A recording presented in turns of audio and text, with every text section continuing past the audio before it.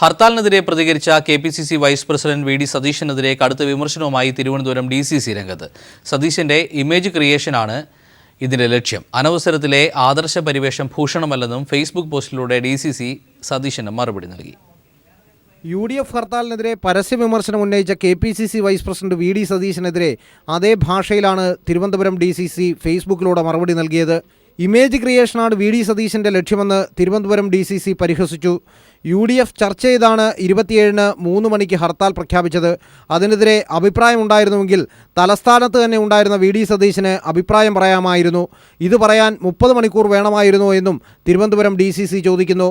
ഹർത്താലിനോടുള്ള വിയോജിപ്പിനേക്കാൾ image ക്രിയേഷനാണ് VD സതീശന്റെ ലക്ഷ്യം. സ്വയം പ്രഖ്യാപിത ആദർശവാസികൾ ഒരുപാടുള്ള നാടാണിത്. സംവിധാനത്തിനെതിരെ അനവസരത്തിൽ പറഞ്ഞ ആദർശ പരിവേഷം സൃഷ്ടിക്കുന്നത് ഭൂഷണമല്ലെന്നും തിരുവനന്തപുരം DCC ഓർമ്മിപ്പിക്കുന്നു. പ്രവർത്തനങ്ങളിലൂടെയും നിലപാടുകളിലൂടെയും ജീവിതചര്യകളിലൂടെയുമാണ് ആദർശ പരിവേഷം വളർത്തിയെടുക്കേണ്ടതെന്ന് DCC VD സതീശനെ ഉപദേശിക്കുന്നു.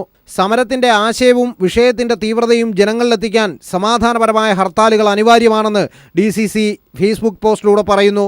ജനങ്ങൾക്കുണ്ടായ ബുദ്ധിമുട്ടിൽ തങ്ങൾക്ക് ഖേദമുണ്ടെന്ന് പറഞ്ഞുകൊണ്ടാണ് VD സതീശനെതിരായ വിമർശനം തിരുവനന്തപുരം DCCയുടെ ഔദ്യോഗിക ഫേസ്ബുക്ക് പോസ്റ്റിൽ അവസാനിപ്പിക്കുന്നത്. News bureau, Thiruvananthapuram.